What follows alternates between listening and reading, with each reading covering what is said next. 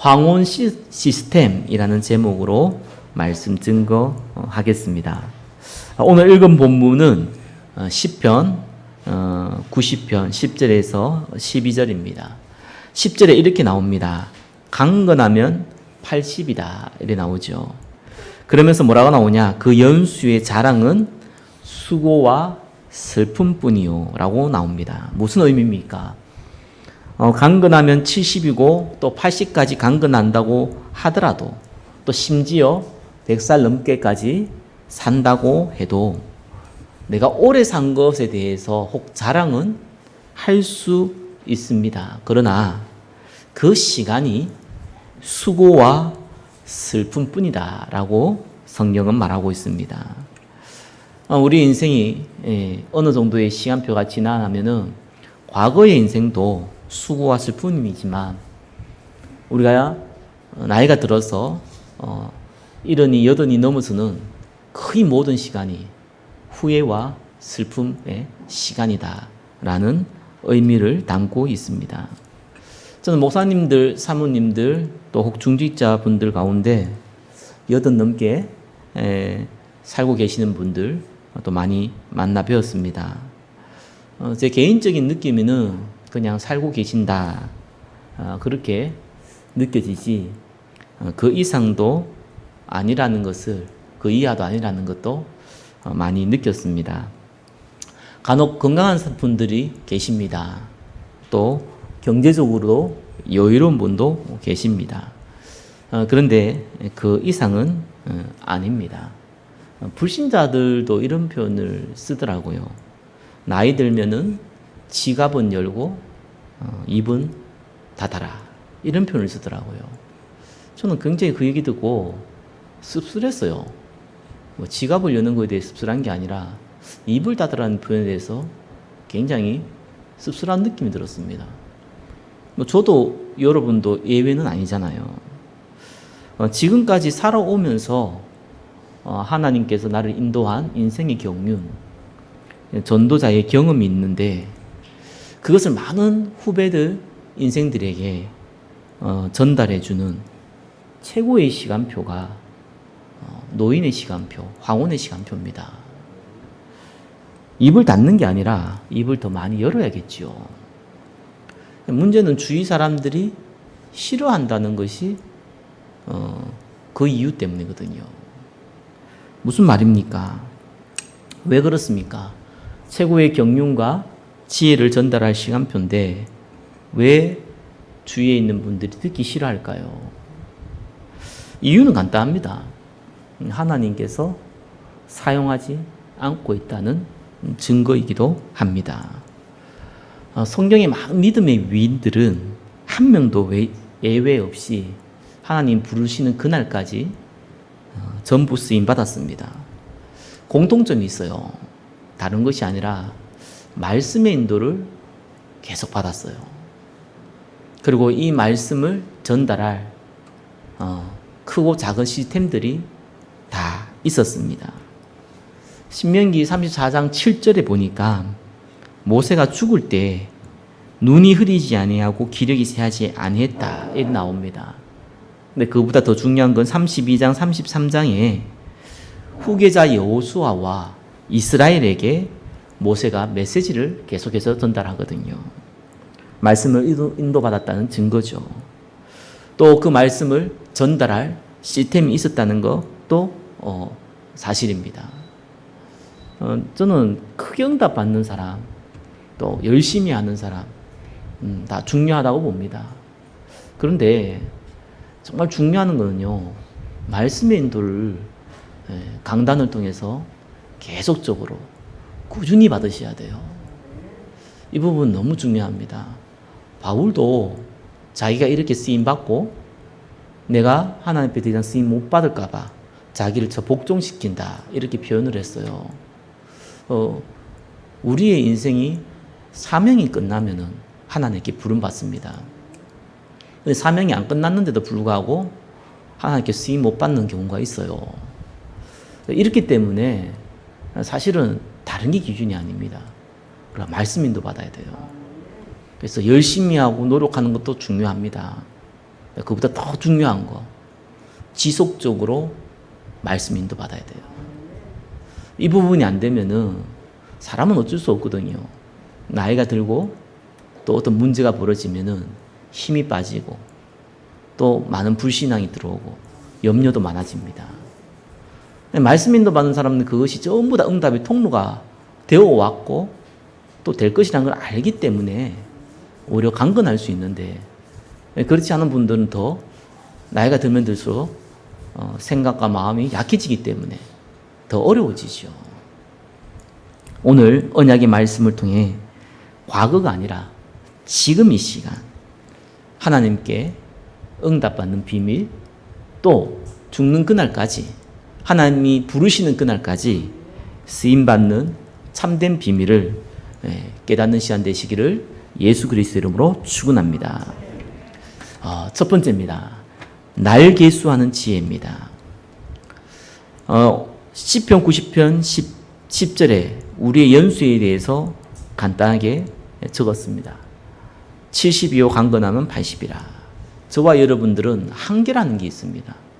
나이의 한계도 있고요.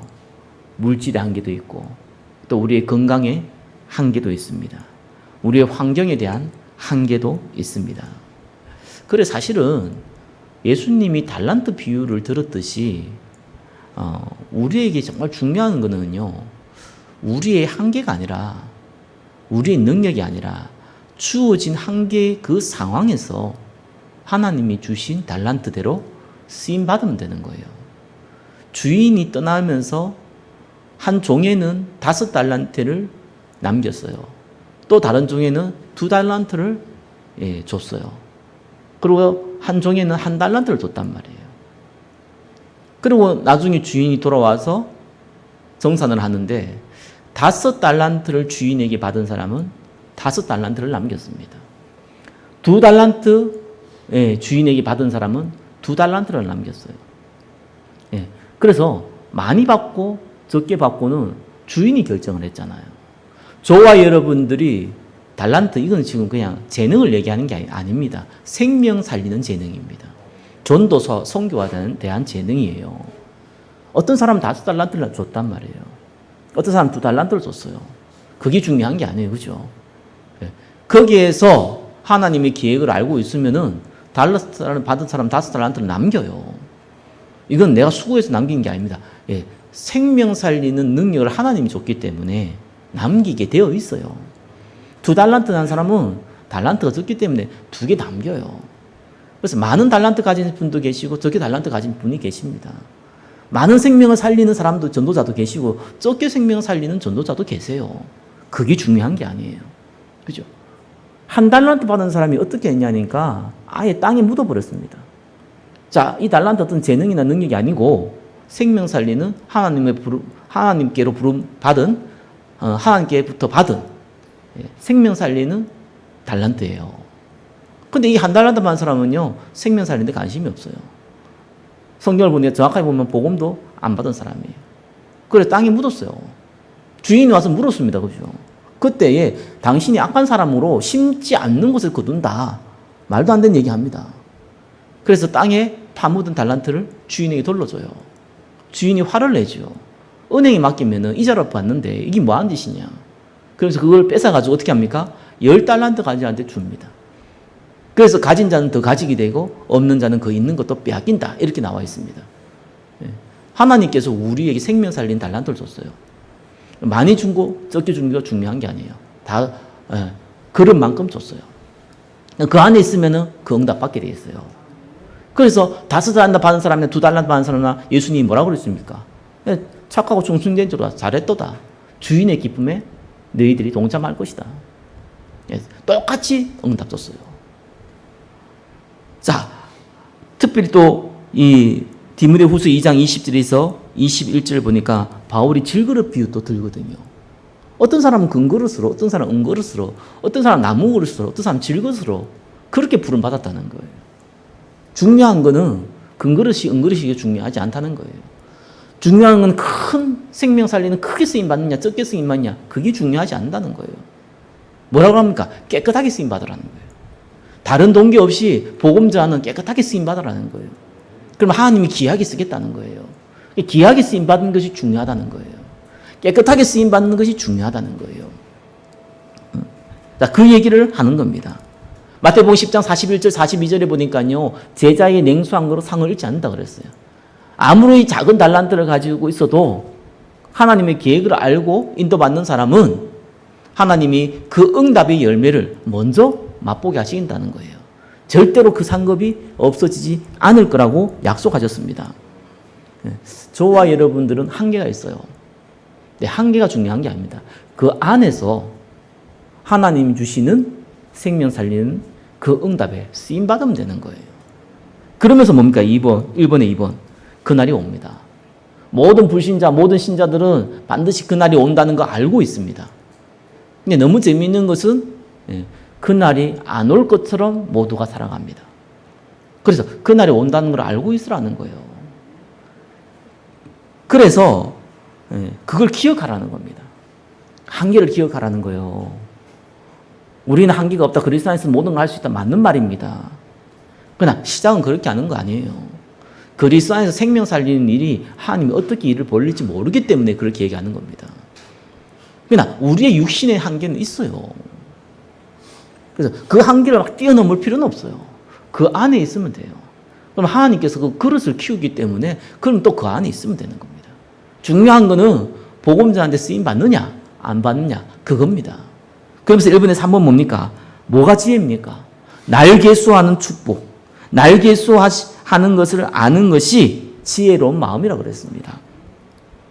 그래서 지혜로운 마음을 가져라. 날 계수하는 마음을 가져라. 숫자를 세하려는 게 아니잖아요. 하루 이틀, 3일, 4일, 5일, 6일 이 숫자를 세하려는 마음이 아닙니다. 주어진 시간은 가운데 우리의 주어진 한계를 가지고 가장 효율적으로 복음과 전도 선교에 쓰임 받으라는 얘기입니다. 하나님 우리에게 주신 지혜예요. 응답은 하나님께 맡기세요. 문제 하나님께 맡기세요. 저와 여러분들은 축복받은 자고 안 망한 자이기 때문에 절대로 실패한 자가 아니거든요. 하나님 주신 특별히 이 생명 살리는 일은요, 실패라는 게 없어요. 그래서 우리가 했다가 실패했다, 성공했다, 이거는 불신자들, 세상 일을 얘기하는 거고요. 우리는 실패를 할 수가 없어요.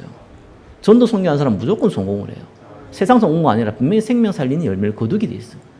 달란트에 따라서 적게 다르고 많게 거두는 그 차이지 반드시 거두게 돼 있어요. 그래서 그 안에서 우리의 성격, 기질, 우리의 배경, 환경, 경제, 시간, 나이에 따라서 가장 효율적으로 전도 선교 쓰임 받으라는 겁니다. 그게 지혜입니다. 그래서요, 지혜 중에 지혜가 날 계수한 축복이라는 건 지혜 내용도 좀 알아야 돼요. 우리 지혜를 가지고 날 계수한 축복을 가지라는 거예요.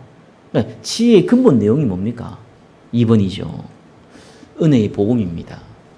근데 이 복음이 너무 귀한데 꼭 우리가 마음에 담아야 되는 것이요. 이거는 은혜로 주어졌습니다. 그러다 보니까 은혜로 주어진 거의 장점이 뭡니까?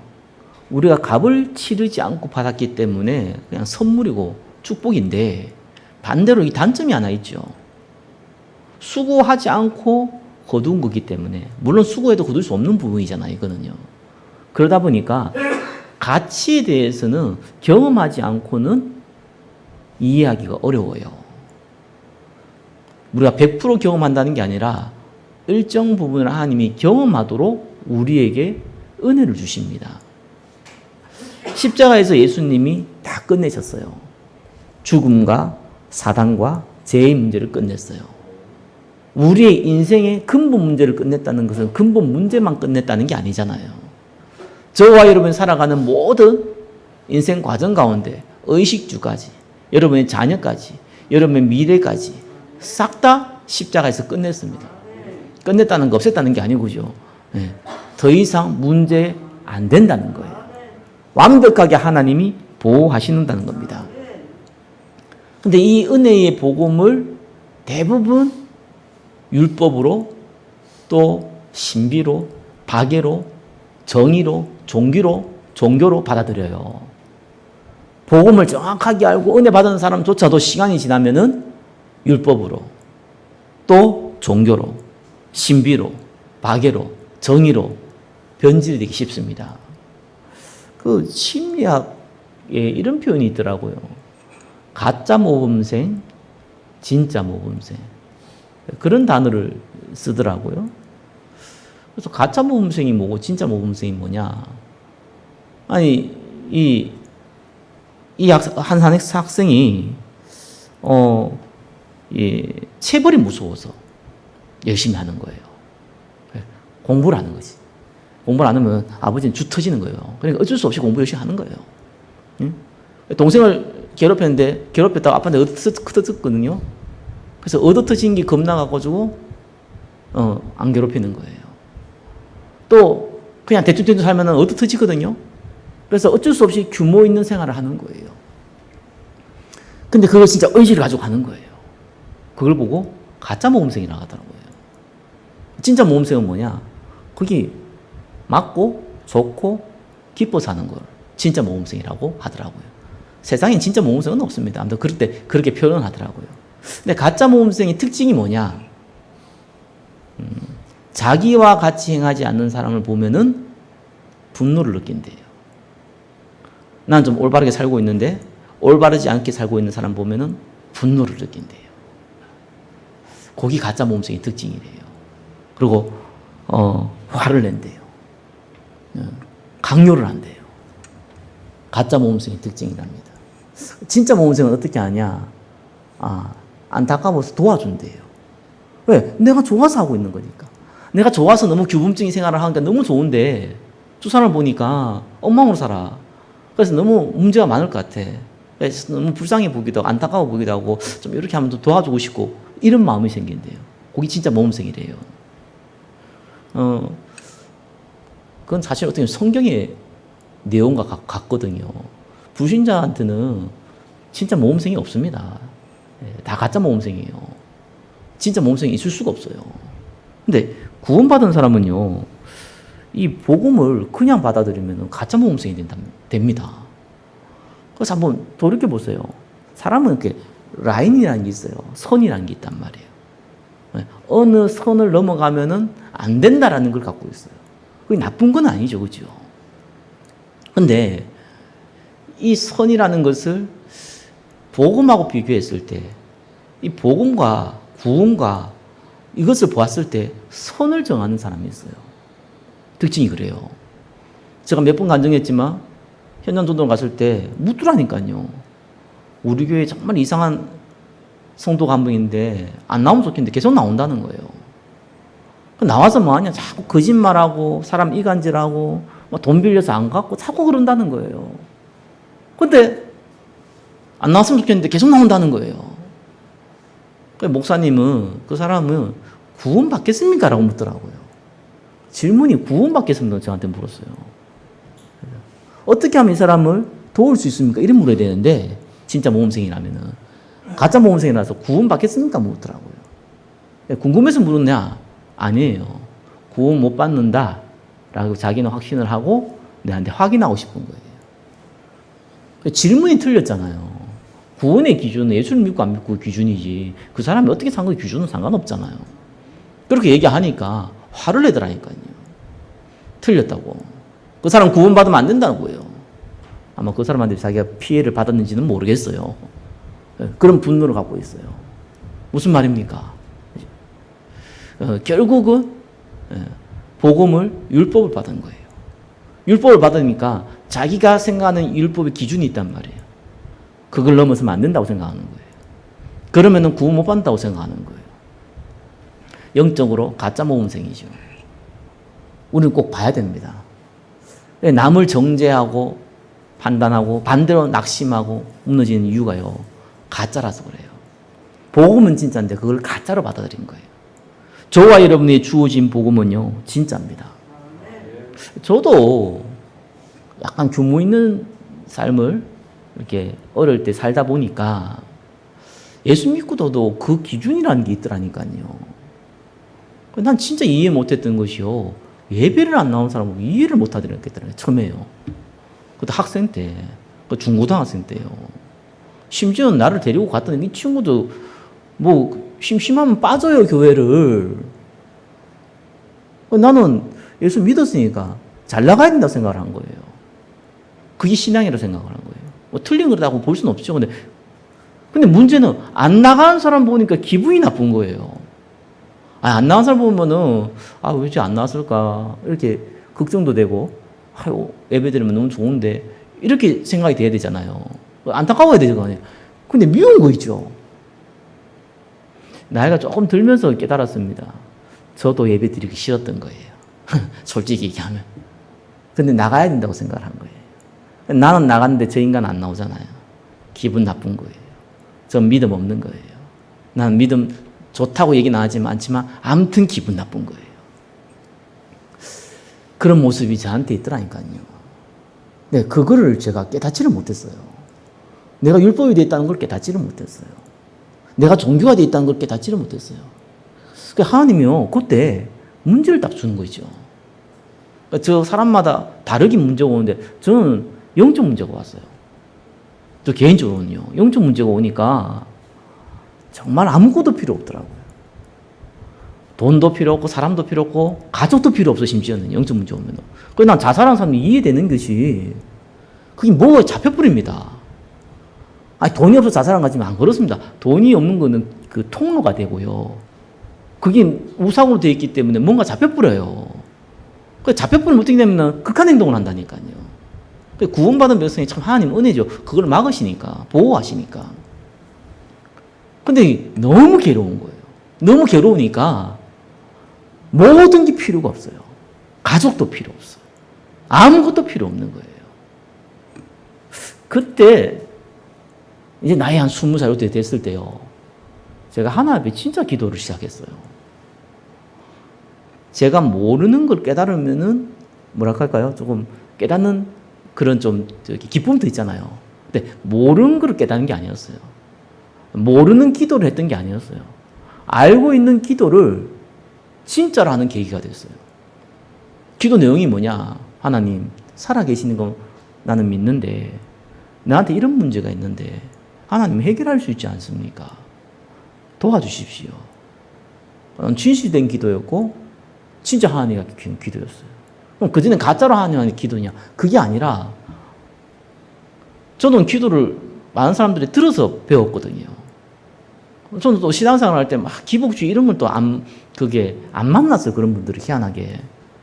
처음부터 신앙생활 할 때 하나님 나라를 위해서 이런 기도를 배웠어요. 복음도 제대로 모르면서 아무튼 간에 전도 선교를 이런 기도를 배웠단 말이에요. 그런 기도를 했어요. 그런데 불구하고 그냥 한 거예요. 그게 맞으니까. 맞다고 생각이 들었으니까. 진실된 기도는 안 나오더라고요. 또 그렇게 해야겠다는 사명도 생기지만 이게 진실된 건지 객기인지도 구분도 안 돼요. 문제 딱 와버리니까 알겠더라고요. 전부 내가 했던 기도는 가짜였구나. 진짜였으면은 그때도 그 기도가 나와야 될 거 아니에요. 안 나와요, 아무것도. 뭐 전도 하든지 말든지 선교하든지 말든지. 그게 나하고 뭔 상관이냐, 그게 지금. 내가 지금 죽게 됐는데. 하나님 살아계신다면은 이거 해결할 수 있지 않냐. 이거 해결 안 되면 내가 죽는 거 아니냐. 그렇다면은 내가 정말 그리스도 붙잡아야 되지 않겠냐. 그러고 나서 말씀을 듣기 시작하는데, 아니, 계속해서 뭐 예배 드리고 말씀 들었는데, 그때는 그냥 들었어요. 그때부터 정리도 했어요. 그죠? 이런 내용이구나. 정리도 했어요. 묵상도 해봤다니까요. 근데 책 읽듯이 했어요. 좋은 내용이고 맞는 내용이고 진실이고 진리니까 했어요. 내한테 적용이 안 되는 거예요, 그냥. 근데 어느 날 적용이 되기 시작하는 거예요. 말씀이 대로 내가 돼야 되니까. 안 되면 내가 죽을 거니까. 사람마다 문제는 다르게 와요. 저와 여러분 문제는요, 정말로 갱신할 기회입니다. 그리고 응답받을 기회입니다. 나쁜 거 아닙니다. 사람마다 다르게 오는데 나쁜 거 아닙니다. 불신자는 운명인데 구원받은 백성은 철저하게 저와 여러분을 하나님이 사용하기 위한 방법입니다. 축복 주기 전에도 문제 주거든요. 왜 가짜들 떨어져 나가라고. 또 갱신하기 위해서도 하나님 문제 주거든요. 깨달으라고. 저는 그거 하나 깨달았어요. 저는 다니엘을 보면서 다니엘이 사실상 포로로 잡혀가가지고 그 어린 나이에 기껏해야 14살에서 17살 사이거든요. 나이가. 그때에 왕이 주는 진미를 먹지 않겠다고 했습니다. 저는 개인적으로 그 나이 때에 아무리 믿음이 좋아도 어떤 면에서는 객기고 율법입니다. 근데 하나님 그것도 기쁘게 받으셨어요. 그래갖고 딱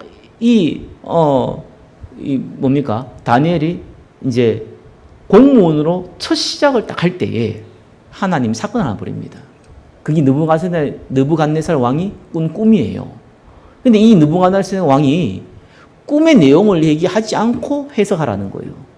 술객 박사 그 지혜자들 그 주변에 있는 신하들에게. 아니 꿈의 내용을 얘기를 해줘야지 답변해 줄 거 아닙니까? 가짜라도. 꿈의 내용을 얘기를 안 해주는 겁니다. 그걸 어떻게 압니까? 신이라도 신이 아니면 알 수 없다 막 이렇게 얘기한 거예요. 그러니까 느부갓네살은 화가 나가지고 다 죽이라고 한 거예요.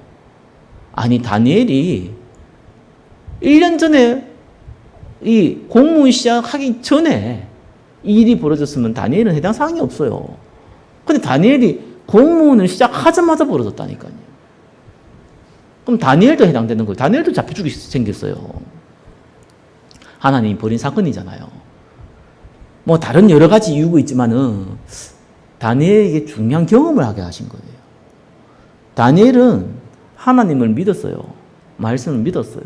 결단도 했어요. 근데 경험은 안 된 나이잖아요. 경험이 안 돼 있어요. 진짜 그런지 아닌지를. 그러니까 문제를 딱 준 겁니다. 그래서 다니엘이 며칠만 시간을 달라. 그러면서 친구들에게 사드락 메삭 아벳느고에게 얘기하면서 기도 제목을 부탁하면서 기도하기 시작하죠. 이때입니다.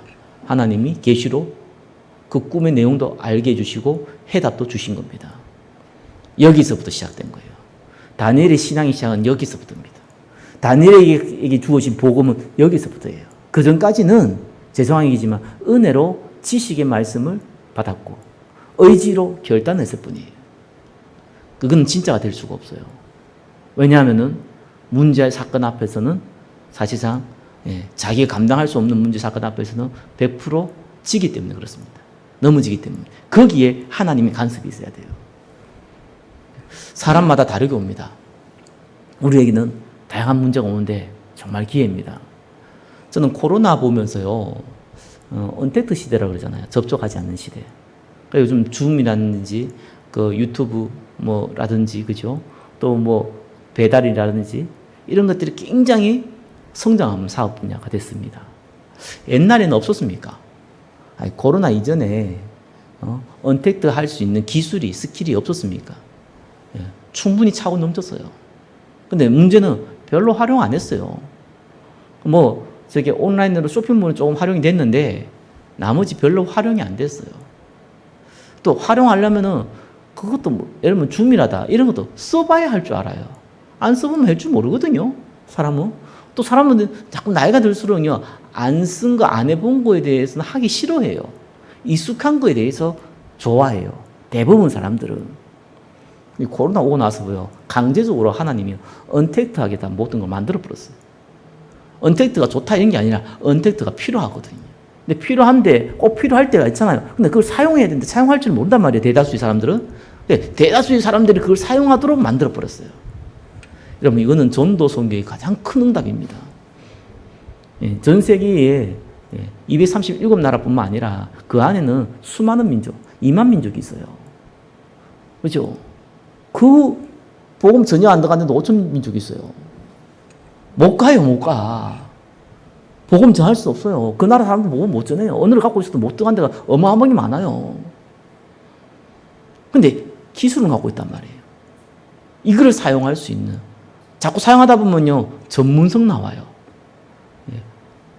그래서 호스트 운영하는 입장자 말고 그거를 사용하는 유저 입장에서도요, 전문성이 나와요.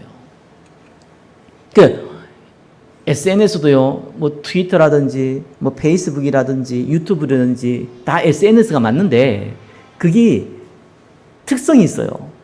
어느 걸 쓰는 게 더 효율적인 게 다 특성이 있어요. 그러니까, 사람들이 이때는 유튜브를 쓰고, 어떤 때 페이스북을 쓰고, 어떤 때는 트위터를 쓰고 이러거든요. 그걸 다 활용도 다르단 말이에요.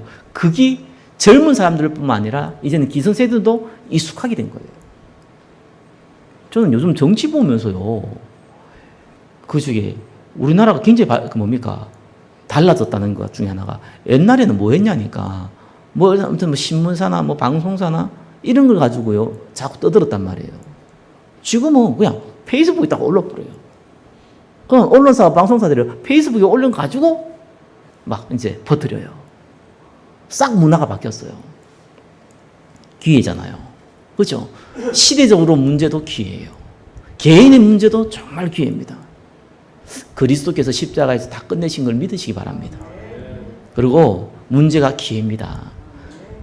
그래서 문제는 기회입니다. 이렇게 위로해 주려고 하는 얘기가 아니고 진짜로 그렇습니다. 불신자에게 문제는 기회 아닙니다. 그 사람들에게는 육신적으로는 혹 기회가 될 수도 있지만 운명입니다. 이용당하는 거예요. 쓰임받는다고 이용당하는 건 다릅니다. 그죠? 이용당하는 거예요. 구원받은 백성에게 문제는 무조건 기회입니다. 하나님 축복받을 기회입니다. 갱신할 기회입니다. 우리가 그 언약 딱 잡으셔야 돼요. 그러면서 이분의 뭡니까? 지혜의 내용. 우리의 사명은 하나밖에 없습니다. 그게 생명 살리는 사명이에요. 그 이상도 그 이하도 아니에요. 우리가 왜 직장 생활하고, 우리가 왜 가정 생활하고, 우리가 왜 많은 사람들 또 만나기도 합니까? 돈 벌기 위해서 그럽니까? 외로운데 외로움 달래기 위해서 그럽니까? 많은 인간관계를 맺기 위해서 그럽니까? 그건 불신자 얘기고. 우리는 전도 선교 때문에 그래요. 그렇다고 해서 아무 때나 가서 막 전도 선교하고 예수 믿으라 떠들라 그 말이 아니잖아. 그것 때문에 하는 거예요. 특별히 우리가 사업을 하고 직장 생활할 때는 꼭 기억하셔야 돼요. 이거는 100% 전도 선교 때문에 하는 겁니다. 돈 벌어야 되지 않냐? 돈도 버는 거예요. 그래야 전도 선교할 거 아닙니까? 돈도 버는 것이 돈 벌러 간다면 우리 인생만큼 비참한 인생이 없어요. 그게 하나님께서 우리에게 생명 살리려고 그 사업장에 그 직장에 우리를 보내신 거예요. 목사도 마찬가지거든요. 한 300명 이상 된 목회자들이 대부분 보면은 조금 전도 선교를 한다는 게 목적이 아니라 교회를 유지하고 부흥시키는데 모든 포커스를 맞춰 버립니다. 전도 선교에 관심이 없어요. 솔직히 얘기하면. 대부분 많이 그래요. 그게 왜 그러냐니까 실제로 자기 인생 살아갈 때 주업이 전도 선교가 아니었어요. 그래서 작은 교회 목회자는 구분이 안 가요. 막 열심히 전도를 하려고 또 너무 없으면은 당장 생기는 문제 오고 하니까 몸부림치기 있기 때문에 구분이 안 가요. 근데 어느 정도 교회가 규모가 되고 그게 부임받거나 담임 목사가 되면요 구분이 쉽게 돼요. 원래 그게 없었던 거예요. 여러분 부자가 막 전도 선교하고 이런데 많지 않아요. 그죠? 엘리트가요 막 전도 선교하고 막 예수 많지 않아요. 이유가 뭡니까? 없어도 살아가는데 문제 없으니까. 그죠? 별 문제 없어요. 그러니까 사실상 안 돼요. 저와 여러분들은 나이 들어도 상관없습니다. 지금부터라도요. 이거 해야 돼요. 주어 바꿔야 됩니다. 그거 하나님 계획입니다. 이게 안 되면은 사실상 우리의 사명은요, 세상적인 거 잡혔기 때문에 세상의 사명밖에 없거든. 사명 없는 사람 없으면 다 있습니다. 세상에 그 잡히기 때문에 반드시 영적 문제 옵니다. 엘리트일수록 많이 오고 많이 가진 사람도 더 많이 옵니다. 그러니까 걸릴 이유가 없습니다. 그리고 어떻게 합니까? 세 번째요. 지속. 정말 중요합니다. 이 비밀 갖고 있어야 돼요. 그래서 복음의 말씀, 언약적 기도, 지속할 시스템, 그게 내 삶이 돼야 됩니다. 정말 이거는 너무 중요합니다. 모세가 어머니 요게벳으로부터 복음의 말씀을 들었고 창세기 기록할 만큼 달달달 외울 만큼 말씀을 들었지만 왕궁에서 40년은 그거를 몰라한 게 아니라 다른 사명에 붙잡혀 있었어요. 그죠? 그래서 실제적으로 언약의 말씀 가운데 있지를 않았어요. 그래서 성공을 했냐? 이스라엘을 해방시켰냐? 안 그렇잖아요. 살인죄를 짓고 쫓기는 신세가 됐습니다. 미디안 광야로 쫓겨났어요. 거기에서 40년을 보냅니다. 근데 그 40년 동안 많은 신학자들은 모세가 그때서 창세기를 기록했다고 나옵니다. 얘기를 합니다. 맞다고 봅니다. 모세가 거기에서 아무것도 아니냐.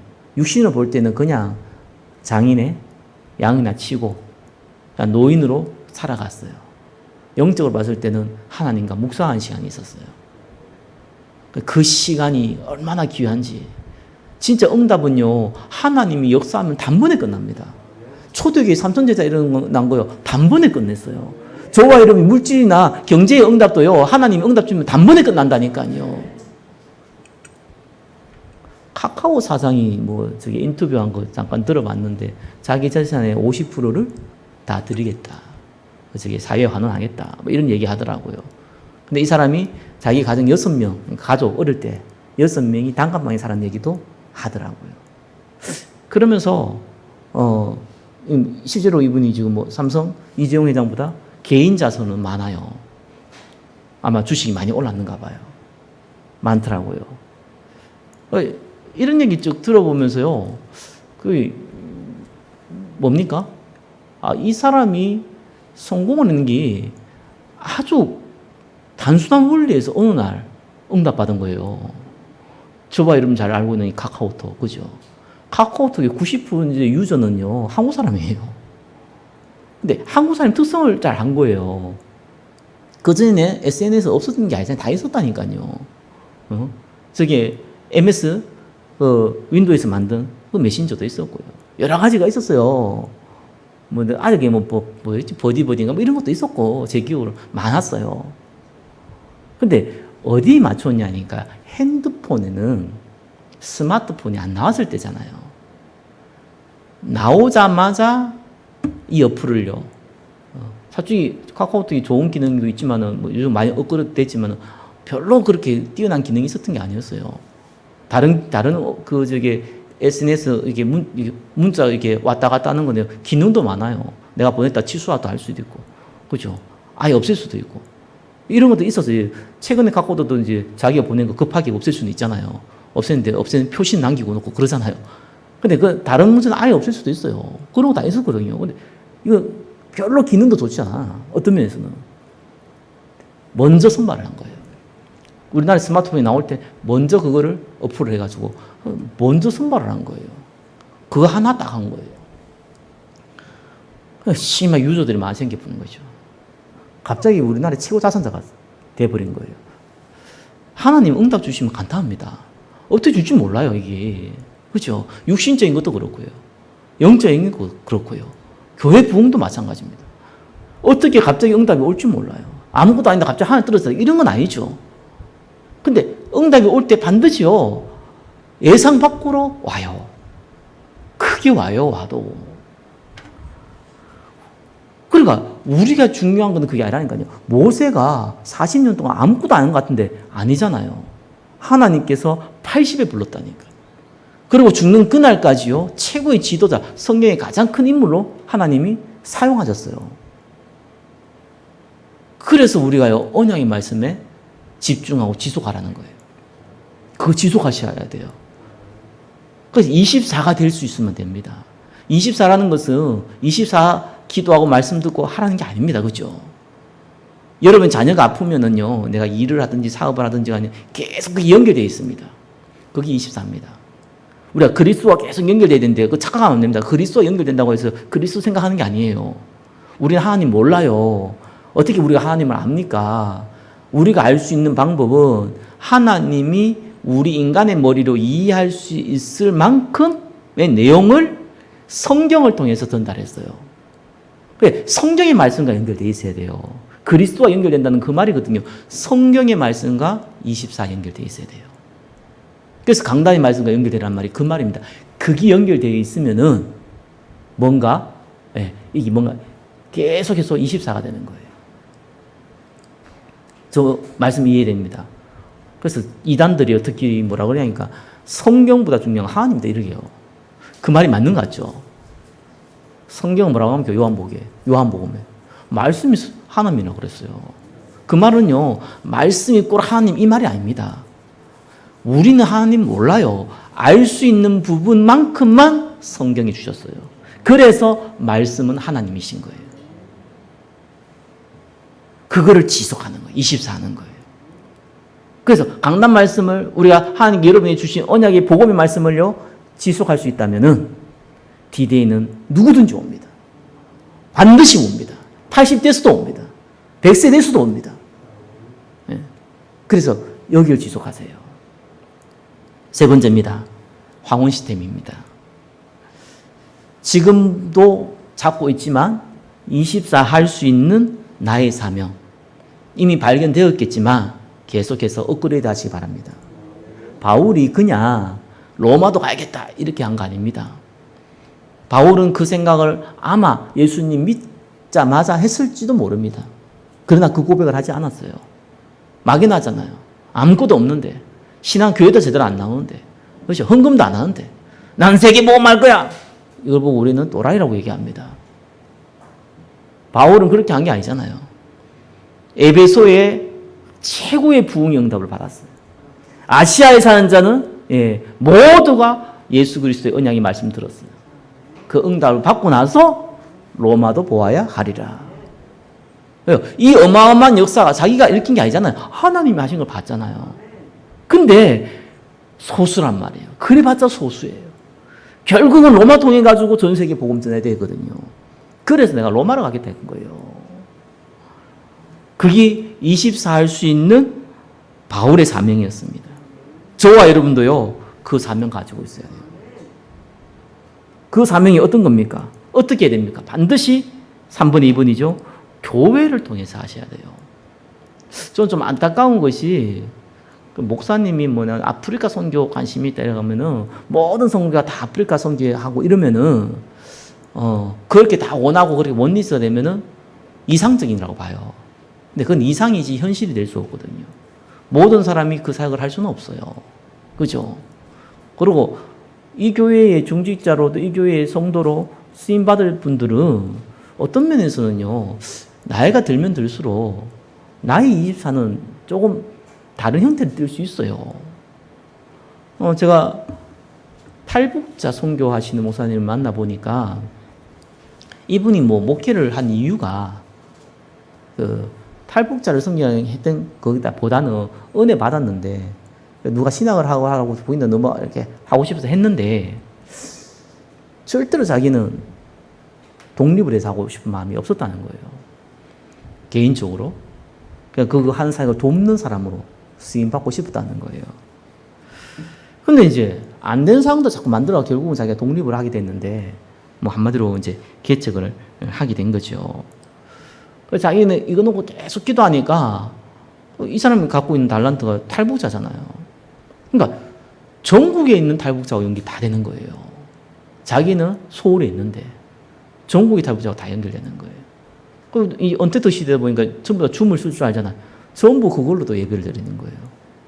이 사람은 24를 잘 잡았다. 어떤 면에서는 좀 전문 사역자긴 하지만 잘 잡았다. 그리고 교회를 통해서 이분이 다 할 수 있도록 저는 그거 보면서 우리 교회에서 만약에 탈북자 사역을 하는 사람이 나온다면은 저는 탈북자 선교를 또 따로 만들 거예요. 내가 안 했더라도 저는 굉장히 필요하다고 보거든요. 왜냐하면 전문성이라는 것은 단순하게 내가 어떤 세상의 스킬을 가진 전문성도 있지만 하나님이 생명 살리는 달란트 가운데 전문성이 있다니까요. 그것도 또 어떤 시간표에 따라서 그 시대에 따라서 하나님이 하게 만든 전문성도 있다니까요. 그건 해야 됩니다. 그리고 목회자는요, 메신저입니다. 그 이상이 될 수가 없어요. 근데 실제적으로 사역은, 현장 사역은 중직자, 성도들, 평신도들이 하는 겁니다. 그럼 그분들이 24 할 수 있는 뭔가가 있다, 나이가 들수록 성공한 인생이에요. 그것도 있어야 되는 거예요. 나는 교회만 막 섬기고 목사님만 돕고 싶다. 그것도 전문성이에요. 그죠? 그러나 나는 또 다른 사역 가운데서 교회와 함께 하고 싶다. 그것도 전문성이에요. 그거 하나님 주신다니까요. 그래서 우리 교회에서 제가 그 성경검이나 이런 다 이렇게 체크를 만들어 놓은 이유가 뭡니까? 누가 내가 이런 성경을 하고 싶다 이러면 또 체크를 만드는 거예요. 교회에서 헌금을 나간다는 거는요, 단순하게 헌금이 많다 적다가 아닙니다. 이거를 하나님의 우리 교회에 주신 사역으로 우리 교회가 인정한다는 얘기예요. 하나님 계기라는 걸 인정한다는 얘기예요. 중요합니다. 그래서 교회를 통한 나의 사명. 마지막에 뭡니까? 특별히 3가지 정도는 조금 중에 하는 것이 이 시대에 맞다. 그게 뭐냐? 다 하나는 우리 렘넌트 다음 세대. 2번째는 뭐예요? 치유. 3번째는 선교. 이 가운데 여러분들이 24를 발견한다면은 가장 이 시대에 크게 응답받을 수 있는 사명이 된다.